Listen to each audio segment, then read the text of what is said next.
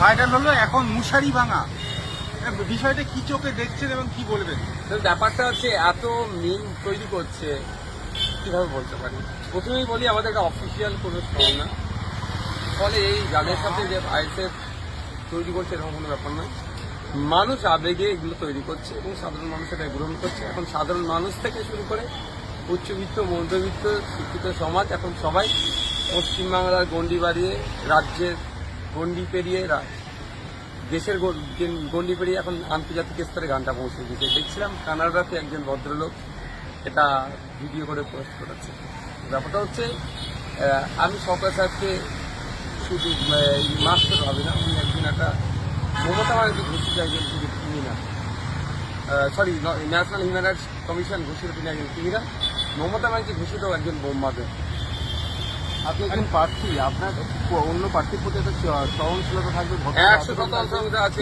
মাতসুর বলে আমি অভদ্রমূলক শব্দ বলতে পারবেন না একটা করে আমি খরচ করেছি আমার রাজনৈতিক কেরিয়ার।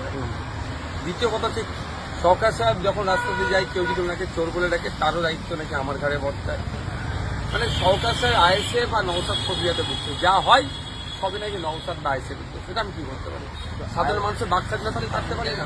শওকত মোল্লা এখানে আপনার রুচি নিয়ে কথা বলছে এবং একাধিক রিলেশনশিপ আছে সেই নিয়ে কোর্ট কমপ্লেন হয়েছে, এই নিয়েও প্রশ্ন। দেখুন আইনি লড়াই চলছে, আমি কিছু করি না, আইনি লড়াই চলছে, কোর্টে বুঝে নেবো। আপনার যে গানটা শুরু হচ্ছে সেখানে প্রথমে শুরু হচ্ছে নটোরিয়াস ক্রিমিনাল, তারপরে মাতচোর মৌখালি গাঁজাখোর। এই যে পুরো বিষয়টা আপনাদের কর্মীরা নাচ করছেন, ওই যে প্রশ্নটা করলো, কোথাও যদি প্রতিপক্ষ আমি অন স্টেজ বলতে শুনেছেন আপনারা। দেখুন আমি বিলোদা বেল্ট করে দিয়ে আমাকে অ্যাটাক করতে দেখেছেন, কোনোদিন দেখেছি দেখাতে পারবেন না, বিলোদা বেল্ট অ্যাটাক করিনি। দ্বিতীয় হচ্ছে আপনারাই দেখেছেন আমি স্টেজে উঠে তাড়া দিই যে ডিজেটি যে এই ধরনের হইলোর করা বাড়িতে আপনারা দেখেছেন, আপনারা অনেকে দেখিয়েছেন। সুতরাং এর সাথে আমাদেরকে যারা কানেক্ট করতে চাইছে তারা বলছে তারা আজ কয়েক ঘন্টা কি বলবো বাংলার থেকে দিচ্ছি কম করে 50,000 ভোটে দিয়েছে। ডবল ডিজিট নিয়ে বিধানসভায় যাবো, বাম এবং আইএসএফ এর শক্তি এবারে ব্যাপকভাবে উত্থান হবে। আমরা তৃণমূল বিজেপি ম্যাজিক ফিগারে পৌঁছাতে পারবে না, আমি দায়িত্ব নিয়ে করছি। বিজেপি বুথ এজেন্ট খুঁজে পায়নি, আর তৃণমূল বুথ এজেন্ট দিল তিনি মানুষ এত ফেয়ার ইলেকশন হয়েছে, এই প্রতিষ্ঠান বিরোধী যা পাওয়া হয়েছে তৃণমূলকে আর পাত্তা দিচ্ছে না মানুষ।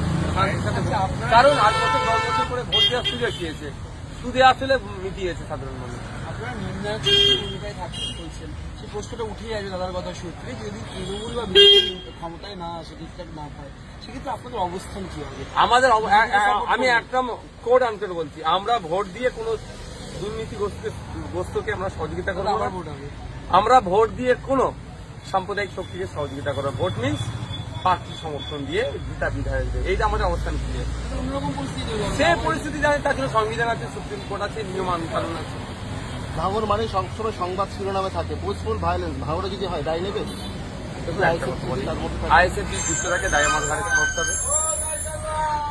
ভালো আছে, ঠিক আছে।